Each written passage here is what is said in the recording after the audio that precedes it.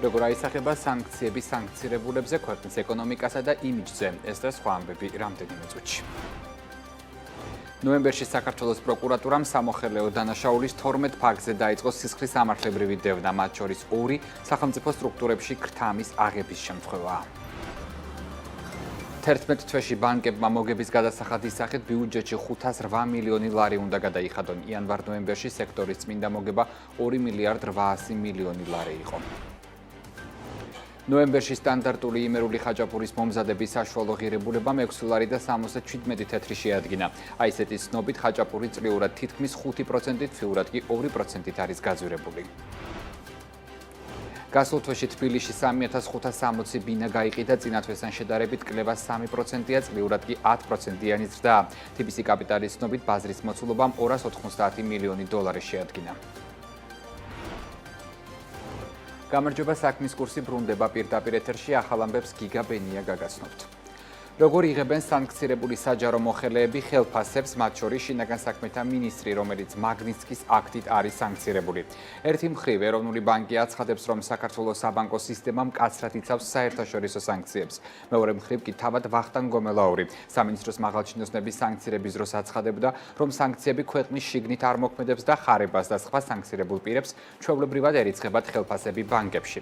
რა წესებით ხელმძღვანელობენ ასეთ დროს საფინანსო ინსტიტუტები და რა გზით შეიძლება იღებდეს ხელფას 10-მდე საჯარო მოხელი, რომელიც სანქცირებულია. ელენე გოგბერაშვილი მუშაობს ამ თემაზე და ის გვერდდება ახლა დეტალებით პირდაპირ ეთერში. ელენე, გისმენთ. გიგა, დასავლეთმა ქართული ოცნების 150-ზე მეტი წარმომადგენელი დაასანქცირა, საიდანაც მხოლოდ ნაწილის ვინაობაა ცნობილი.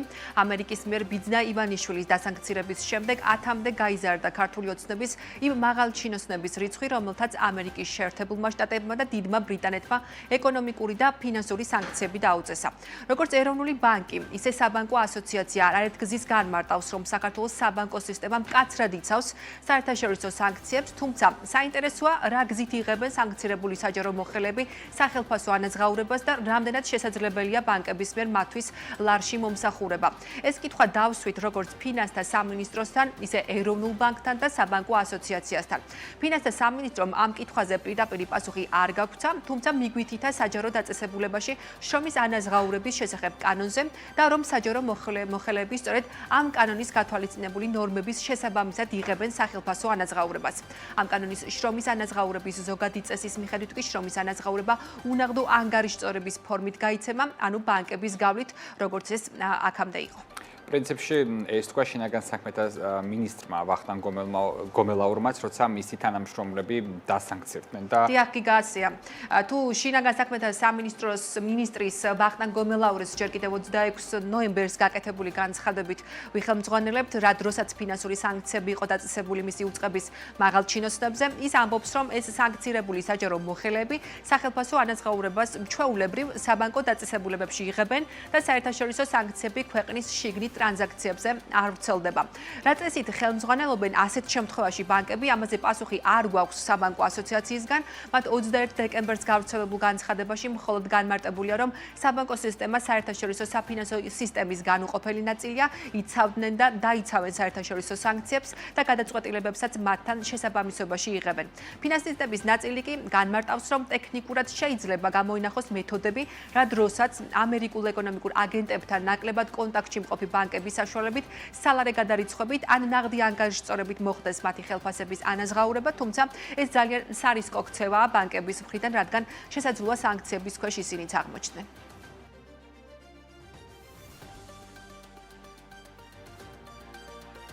ტექნიკურად შესაძლოა გამოინახოს რაღაც მეთოდები, რომელთა მეშვეობით, თქვა სალარე გადარიცხვით და ისეთი ბანკების მეშვეობით, რომელთაც ნაკლები კონტაქტი და ესე თქვა კავშირი აქვთ ამერიკულ ეკონომიკურ აგენტებთან, რომ აი ამ სისტემის მეშვეობით, სალარე გადარიცხვა თუ ნაღდი ანგარიშწორებით მოხდეს მათი ხელფასების ანაზღაურება, მაგრამ ეს არის ძალიან სარისკო ქცევა ბანკების მხრიდანაც, იმიტომ რომ მათ ნებაზე არც არის დამოკიდებული შემდეგი რამ. ანუ ის საერთაშორისო ბანკები, რომლებიც თანამშრომლობენ და ცხადია, რომ ყველა ბანკს სჭირდება თანამშრომლობა საერთაშორისო კომპანიებთან და Visa, Mastercard-თან იგივე და სხვა ბანკებთან, იმისთვის, რომ თავის ყოველდღიური საქმიანობა შეასრულოს და აი ამ საერთაშორისო ბანკებს და დიდ ბანკებს გაუჩნდებათ ეჭვი და შიში იმისა, რომ კონკრეტული ბანკი ადგილზე თქვათ არ ღვევს რომელიღაც სანქციას, რაც იმას ნიშნავს, რომ ავტომატურად თვითონაც დასანქცირდება. ამიტომ თავის დაზღვევის მიზნით გარკვეულმა ესეთმა მოთამაშეებმა დიდი ალბათობით თავი უნდა შეიკავონ თანამშრომლობისგან ხო ჩვენს ბანკებთან. რეგულაციებთან შესაბამისობის აკადემიის დამფუძნებლის განმარტებით ბანკები, რომლებიც იცავენ საერთაშორისო რეგულაციებს, რეპუტაციული ზიანიდან გამომდინარე, სავარაუდოდ უარს იტყვიან სანქცირებული პირების თუნდაც ლარში მომსახურებაზე, თუმცა ამ ტიპის გადაწყვეტილებები მეტწილად ბანკების შიდა პოლიტიკაზეა დამოკიდებული. ბანკის მხრიდან ხდება სანქციების პოლიტიკის შემუშავება, მას რა პოლიტიკა აქვს, ასე ვთქვათ, თუნდაც ლარში ტრანზაქციების განხორციელების თვალსაზრისით, თუმცა თუ გავითვალისწინებთ, ვის მიერ არის სანქცია, ასე ვთქვათ, შემოღებული და რა ვალდებულებები აქვს ბანკებს, თუნდაც თავით პარტნიორ შუამავლ ბანკებთან ან სხვა საერთაშორისო ორგანიზაციებთან, ლარშიც შეიძლება რთული იყოს ოპერაციის შესრულება სანქცირებულ პირთან და თამამად შეიძლება ბანკმა მიიღოს ის გადაწყვეტილება, რომ საერთოდ უარი უთხრას მომსახურებაზე, თუნდაც ლარში ოპერაციების განხორციელების კუთხით, რადგან ეს საერთაშორისო სანქცია ბანკს არ აძლევს ლავირების საშუალებას და მისთვის ეს არის სერიოზული რეპუტაციული რისკი. ამ ეტაპზე ეროვნული ბანკისგან ველოდებით განმარტებას შეუძლიათ თუ არა ქართულ ბანკებს სანქცირებული პირების ლარში მომსახურება და რა წესებით ხელმძღვანელობენ ისინი ასეთ დროს. როგორც უკვე გითხარით, ის რაც ცნობილია, ფინანსური სანქციები 10-მდე საჯარო მოხელეს აქვს დაწესებული. ქართული ოცნება მათი ფინანსური დანაკლისის კომპენსირებას ისევ გადასახადის გადამხდელების ხარჯზე აპირებს. გასულ კვირაში ირაკლი კობახიძემ თქვა, რომ თუ კი რომელიმე მოხელეს წარმოიქმნება რაიმე ფინანსური დანაკლისი სანქციების გამო, ქართული სახელმწიფო სრულად უზრუნველყოფს ამ დანაკლისის კომპენსირებას. გიგა. მადლობა ელენე გოგბერაშვილი საუბრობდა პირდაპირ ეთერში. დასანქცირებული ბიძინა ივანიშვილი, ქართული ოცნების შინაგან საქმეთა მინისტრი და მაღალჩინოსნები, უკიდურესად გაუარესებული ურთიერთობები დასავლეთთან, საპარლამენტო არჩევნები, რომლის ლეგიტიმაცია კითხვის ნიშნის ქვეშ დგას და ახალი პრეზიდენტი, რომელსაც ევროკავშირი, ამერიკის შეერთებული შტატები, მეხუთე პრეზიდენტი სალომე ზურაბიშვილი, ოპოზიცია და საზოგადოების ნაწილი არ აღიარებენ. 2025 წელს საქართველოს რთული პოლიტიკური შლეიფით ხვდება. როგორ აისახება სანქციები ქვეყნის იმიჯზე, რა პერსპექტივა აქვს ურთიერთობების გადატვირთვას და რეალურად სად არის გამოსავალი. ამ თემაზე ვისაუბრებთ სტუმართან ერთად. ალექსანდრე მიშველაძე, საერთაშორისო ურთიერთობების ექსპერტია ჩვენთან ერთად. გამარჯობა ბატონო ალექსანდრე, მადლობა რომ მონაწილეობას იღებთ გადაცემაში. პირველ რიგში რომ დავიწყოთ, გასული კვირის ბოლოს გახდა ცნობილი, რომ ბიძინა ივანიშვილი დასანქცირდა ამერიკის შეერთებული შტატების მხრიდან. რას ნიშნავს ივანიშვილის დასანქცირება, რამდენად მკაცრია ეს სანქციები და რჩება თუ არა რაიმე სახის მოლაპარაკებების ფანჯარა ამ სანქციებიდან გამომდინარე და თუ მაგალითად უკან არ დაიხევს ივანიშვილი, შეიძლება ველოდოთ თუ არა უფრო რთულ სანქციებს. მადლობა მოწვევისთვის, მოგესალმებით. პირველ რიგში დავიწყოთ, რას ნიშნავს ეს სანქციები და რატომ დაუწესდა ბიძინა ივანიშვილს. როგორც ჩვენ ვიცით, ამერიკის შეერთებული შტატების აქვს საფეხურებრივი მიდგომა, როდესაც იგი აწესებდა სანქციებს. წარმოიდგინეთ, რამხელა შუალედია ვინმე უსახური, ვინმე ლაგაზაურესა და ბატონ ბიძინა ივანიშვილს შორის, აი ეს უზარმაზარი საფეხური. შესაბამისად არ გაითვალისწინებდა ამერიკის შეერთებულ შტატებმა, ალბათ ბატონ ივანიშვილის ვარაუდობდა, რომ იქნებოდა ეს საფეხურებრივი მიდგომა ამ ლაგაზავს ვინმე კეზევაძეს შემდეგ და გომელავს მიყვებოდნენ შემდეგი მაღალი საფეხურის ჩინოსნები, მაგრამ ასე არ მოხდა. ეს არის ამერიკის შეერთებული შტატების მიერ დაწესებული ძალიან მკაცრი სანქცია. და ბატონ ივანიშვილი ამერიკის სახაზინო დეპარტამენტის უცხოური აქტივების მართვის ბიუროს მიერ დასანქცირდა. მაგრამ აი აქაც არის გარკვეული კიდევ არ არის ეს სანქციები იმდენად მკაცრი, მაგალითად ეს ლიცენზია 116, რომელიც არის გენერალური ლიცენზია, ავტორიზაციას ანიჭებს ამერიკის შეერთებული შტატების მოქალაქეებს, რომ კონდეთ უფლება მათ, რომ განახორციელონ ტრანზაქციები იმ კომპანიებთან, რომლის 50%-ზე მეცფლობს ბატონ ივანიშვილი, მაგრამ თუ ეს კომპანიები არ არის სანქციათა ნუსხაში. აი ეს კიდევ რჩება ამის ლავირების საშუალება, მაგრამ ყველაზე ცუდი რაც არის ბატონ ივანიშვილისთვის და როდესაც ის არის მიჩნეული მეცენატად და სიამოვნებაში არავითარი მეცენატი ის არ არის და მას აინტერესებს მხოლოდ საკუთარი ფინანსები. ეს მან გვიცით მოიგო კრედიტ სვისთან სასამართლო რაღაც 742 მილიონზე მეტი თანხა უნდა გადაუხადოს კრედიტ სვისს, მაგრამ ამაზე ეს ლიცენზია არ ვრცელდება და ანუ ის თავის თანხას ვერ მიიღებს ბატონი ივანიშვილი. შესაბამისად მისთვის ეს ყველაზე ცუდი რაც არის და მას აქვს რისთვისაც ამდენი წელი იბრძოდა და რის გამოც საქართველოს ფაქტობრივად დაუკარგა ევროპული მომავალი. დიახ, ის არ არის არავითარი მეცენატი, ამაზე ისაუბრა კიდეც მან თავის მართულ ტელეკომპანია იმედის ეთერში, რომ მას აინტერესებს ხოლმე ეს ფული, მაგრამ ეს ფული გაყინულია. ამიტომ ბატონ ივანიშვილს კიდევ თუ სურს რომ შესაბამისად კიდევ მეტად ეს სანქციები არ გამკაცრდეს, მას შეუძლია რომ კიდევ რაღაც ნაბიჯები გადადგეს. კიდევ იტოვებს ამერიკის შეერთებული შტატები, უტოვებს იმის საშუალებას, რომ მოხდეს უკანონოდ დაკავებული ადამიანების გათავისუფლება, ჩაინიშნოს ხელახალი არჩევნები, არავითარი ვადამდელი ხელახალი არჩევნები არჩევნების ლეგიტიმაცია დამძიმად კითხვის ნიშნის ქვეშ დგას და ეს ჩატარდეს აუცილებლად შეცვლილი ადმინისტრაციის პირობებში. ელით თუ არა ამ პირობებში, რომ შესაძლებელია ივანიშვილმა გამოიყენოს ის ფანჯარა, რომელიც შეერთებულმა შტატებმა დატოვა, იმიტომ რომ ჩვენ ერთი მხრივ ქართული ოცნების მხრიდან ვხედავთ განცხადებებს, რომ ეს არის ჯილდო მშვიდობისთვის, რომ ეს ჯილდო მიიღო როგორც ივანიშვილმა, ასევე საქართველომ და ასე შემდეგ. მართალია თავად ივანიშვილისგან ჯერ რაიმე სახის კომენტარი ამ თემაზე არ მოგვისმენია, თუმცა ირაკლი კობახიძე თუ სხვები, რომლებიც შესაძლოა ივანიშვილის სახელით საუბრობენ ამ შემთხვევაშიც, ამბობენ იმას, რომ ეს არაფერი არ არის. რეალურად ჩანს თუ არა ამ გადმოსახედიდან, რომ ივანიშვილმა შეიძლება უკან დაიხიოს. სამწუხაროდ მოუწევს, მისთვის სამწუხაროდ და ჩვენთვის საბედნიეროდ მოუწევს აუცილებლად უკან დახევა, იმიტომ რომ ეს არ ნიშნავს, ჯერ იყო საუბარი, რომ სანქციები არ იქნება, ამაზე საუბრობდნენ მთელი ზაფხულის განმავლობაში, რომ სანქციები არ იქნებოდა და არ დაუწესდებოდა, თითქოს ევროკავშირს ერთიანი მიდგომა არ აქვს და ვერ დაუწესებს სანქციებს. სინამდვილეში ამერიკის სახაზინო დეპარტამენტის სანქციების აღსრულებელი ევროკავშირი და არავინ მოატყუას და თვითონ ძალიან კარგად იციან უნგრეთი და სლოვაკეთი, ნამდვილად თავის საკუთარ იმიჯს არ დაიზიანებს, რომ ვინმე კონკრეტულ პიროვნებას, ვინმე რუს ოლიგარქ ივანიშვილს არ დაუწესოს სანქციები, იმის გამო რომ მას შეეზღუდოს წვდომა და პრობლემები გაუჩნდეს ამერიკის ფინანსურ სისტემასთან. ამიტომ ამერიკას მოყვება რა თქმა უნდა ევროკავშირი და მათთვის სამწუხაროდ ეს ერთიანი მიდგომა იქნება, რადგან შესაბამისად ვიცით რომ ამერიკის სანქციების აღსრულებელი ევროკავშირია და უნგრეთი და სლოვაკეთი ამ გადაწყვეტებას ვერ დაბლოკავენ. უკვე ვიცით რომ მიდის კონკრეტული ქვეყნების მიერ სანქცირება ივანიშვილის და სხვა მაღალჩინოსნების, დაიწყო ეს ბალტიის ქვეყნებმა და გაგრძელდება,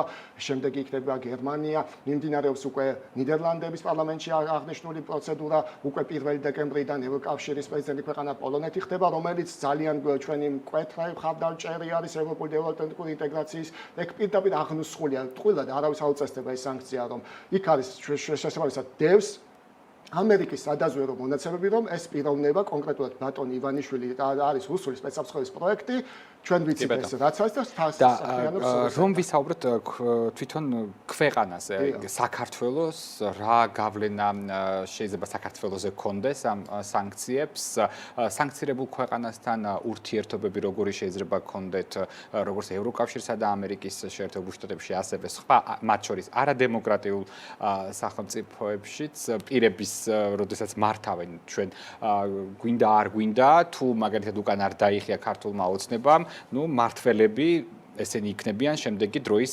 განმავლობაში, რამდენ ხანსაც იქნებიან ამ შემთხვევაში თუნდაც 2028 წლამდე.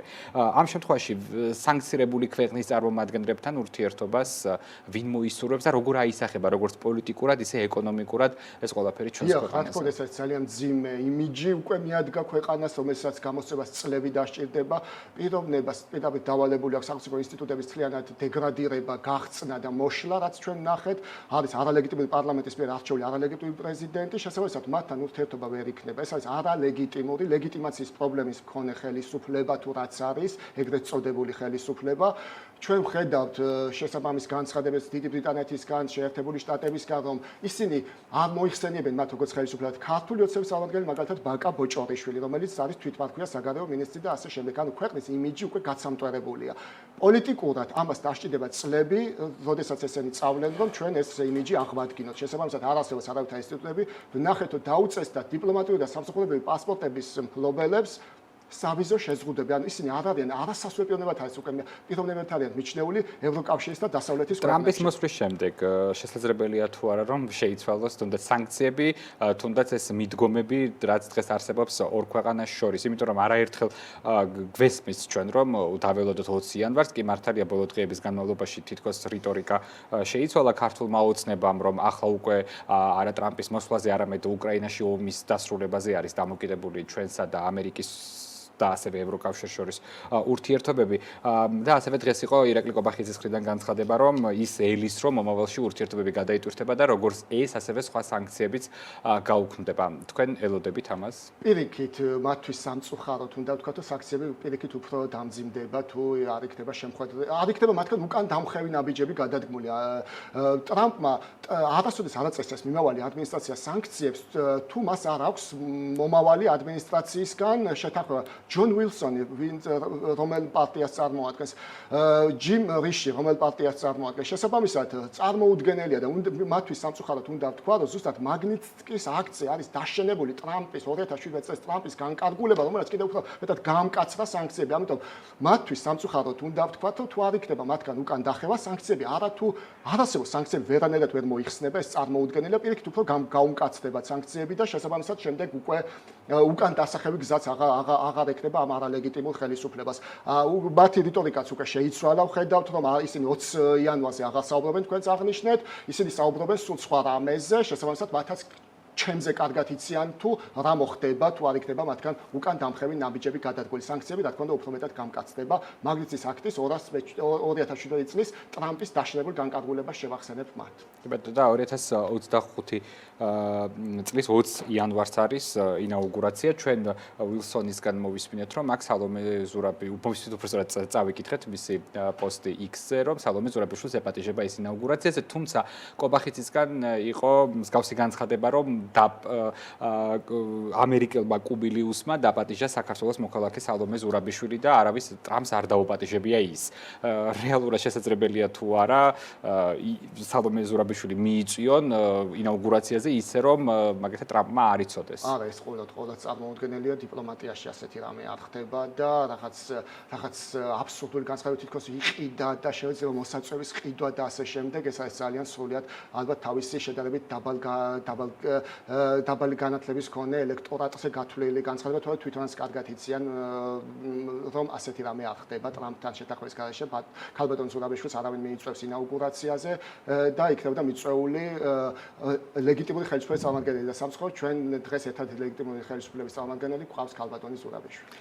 მადლობა დაგემშვიდობებით ალექსანდრე მიშველაძე, საერთაშორისო ურთიერთობების ექსპერტი საუბრობდა საქმის კურსის პირდაპირ ეთერში. და საქართველოს მსოფლიოს ყურადღების ცენტრშია თბილისსა და რეგიონებში მიმდინარე პროცესებს მსხვილი უცხოური მედიები. ფაქტობრივად ყოველდღიურად აშუქებენ, ყურადღების ცენტრში იყო ქართული ოცნების პრეზიდენტის ინაუგურაციაც. რაც წერს უცხოური მედია ქვეყანაში მიმდინარე პროცესებზე, ვნახოთ თიკო ნატმელაძის სიუჟეტი და მე ამით 17:40 წუთამდე გემშვიდობებით. სალომე ზურაბიშვილმა განაცხადა, რომ თბილისში თავის ოფიციალურ რეზიდენციას ტოვებს, თუმცა კვლავ ლეგიტიმურ პრეზიდენტად რჩება. წერს ევრონიუსი. აქვე მედია გამოცემა იტყობინება, რომ ამის შესახებ ზურაბიშვილმა იმ დროს ისაუბრა, როდესაც პარლამენტში ყოფილი ფეხბურთელის მიხეილ ყაველაშვილის საპრეზიდენტო ინაუგურაცია მიმდინარეობდა, რაც მმართველი პარტიის მხრიდან საქართველოში ძალაუფლების გამკაცრებას ემსახურება. ქართული ოცნების მიერ მიხეილ ყაველაშვილის პრეზიდენტად დანიშნა როიტერსმაც გააშუქა. ამ უკანასკნელი სტატიაში კი შემდეგს ვკითხულობთ. მიხეილ ყაველაშვილმა დასავლეთის მკაცრმა კრიტიკოსმა საქართველოში მიმდინარე პოლიტიკური კრიზისის ფონზე პრეზიდენტის ფიცი დადო. პოლიტიკური კრიზისი კი სწორედ მმართველი პარტიის გადაწყვეტილებას, ევროკავშირთან მოლაპარაკებების შეჩერებას მოჰყვა. გადავინაცვლოთ BBC-ზე, სოფლიოს ერთ-ერთ ყველაზე ავტორიტეტულ მედიას საშუალებაზე. BBC წერს, რომ თბილისში ქართული ოცნების ახალი პრეზიდენტის მიხეილ ყაველაშვილის ინაუგურაცია 10,000-ობით ქართველის პროტესტის პარალელურად ჩატარდა. აქვე სტატიაში ვკითხულობთ, რომ ყოფილმა ფეხბურთელმა ფიცი კრიტიკულ პოლიტიკურ პერიოდში დადო და ის იმ პარტიამ აირჩია, რომლის საპარლამენტო არჩევნებში გამარჯვებაც გაყალბების ბრალდებებშია ჩაფლული. BBC-ს ყურადღების მიღმა არ დარჩენილა არც ამერიკის შეერთებული შტატების მიერ ბიძინა ივანიშვილის დასანქცირება. სტატიაში შემდეგ 26 კითხულობთ. ამერიკის სახელმწიფო მდივანმა ენტონი ბლინკენმა თქვა, რომ ქართული ოცნების მილიარდერმა და მისმა პარტიამ საქართველოს ევროატლანტიკური მომავალი დაარღვია და ქვეყანა რუსეთისკენ წაიყვანა. აქვე შტატების განცხადებაში ნათქვამია, რომ ისინი ქართული ოცნების ქმედებებს, რომელსაც ივანიშვილი ხელმძღვანელობს, კატეგორიულად გმობენ, მათ შორის მოქალაქეების, მომიტინგეების, მედიის წევრებისა და ოპოზიციის წარმომადგენლების მიმართ ძალადობრივ რეპრესიებს. ატყობინებს მედია თავის მკითხველს. საკმაოდ კრიტიკულად გამოიყურება CNN-ის სტატიის სათაურიც. ევროატლანტიკური ამბიციების რილსებიდან ამოვარდნილი ულტრამემარჯვენე ყოფილი ფეხბურთელი პრეზიდენტის გზაზე. ქართველები კი კითხულობენ, რა იქნება შემდეგი. ამ სათაურის ქვეშ კი CNN-ს საქართველოში მიმდინარე მოვლენები კიდევ ერთხელ დეტალურად აქვს აღწერილი. აქვე აუცილებლად უნდა შევეხოთ პოლიტიკოს სტატიასაც, რომელიც შედარებით ძველია, თუმცა აქ ნახსენებია ამერიკის შეერთებული შტატების ნაბიჯი პოლიტიკოს შტატების გადაწყვეტილებას აქციის მონაწილეების წამახალისებელს უწოდებს და წერს, რომ ამერიკამ ქართული ოცნების თავმჯდომარე რუსეთის ფედერაციის სასარგებლოდ საქართველოს დემოკრატიული და ევროატლანტიკური მომავლის შელახვისთვის დაასანქცია და პლუს ამას ამერიკელმა კონგრესმენმა ჯო უილსონმა სალომე ზურაბიშვილი ამერიკის არჩეული პრეზიდენტის დონალდ ტრამპის ინაუგურაციაზე როგორც ერთადერთი ლეგიტიმური ლიდერის საქართველოში მიიწვია. ოცნების მიერ ყაველაშვილის პრეზიდენტად დანიშნა დოიჩე ველეს ფოკუსშიც მოხვდა. სტატია ამ სიტყვებით იწყება. კვირას საქართველოს ახალმა პრეზიდენტმა მიუხედავად იმისა, რომ მისი არჩევნები მოპარული იყო, ფიცი მაინც დადო. აქვე მედია თავის მკითხველს კიდევ ერთხელ ახსენებს, რომ ყაველაშვილი დასავლეთის მკაცრი კრიტიკოსია. ამის პარალელურად გარდიანი სალომე ზურაბიშვილს პროდასავლელ პრეზიდენტად მოიხსენიებს და წერს შემდეგს. საქართველოს პროევროპელმა პრეზიდენტმა სალომე ზურაბიშვილმა განაცხადა, რომ ის სასახლის დატოვებს, მაგრამ ქვეყნის ლეგიტიმურ თანამდებობაზე დარჩება. აქვე ერთი ნაწილია აღსანიშნავი. გარდიანის მსგავსი ავტორიტეტული მედია ყაველაშვილზე ამბობს, რომ ყოფილი ფეხბურთელი პრეზიდენტად მმართველმა პრომოსკოვმა დანიშნა და ამით პარტიამ ავტორიტარული რეჟიმი გაამყარა. და ბოლოს ფრანგული მედია გამოცემა ლემონდის სტატიის სათაური ასე გამოიყურება. ყაველაშვილმა ფიცი დადო, როგორც საქართველოს პრეზიდენტმა, ამ დროს კი პრორუსი ლიდერის წინააღმდეგ პროტესტში ათასობით ადამიანი მონაწილეობდა.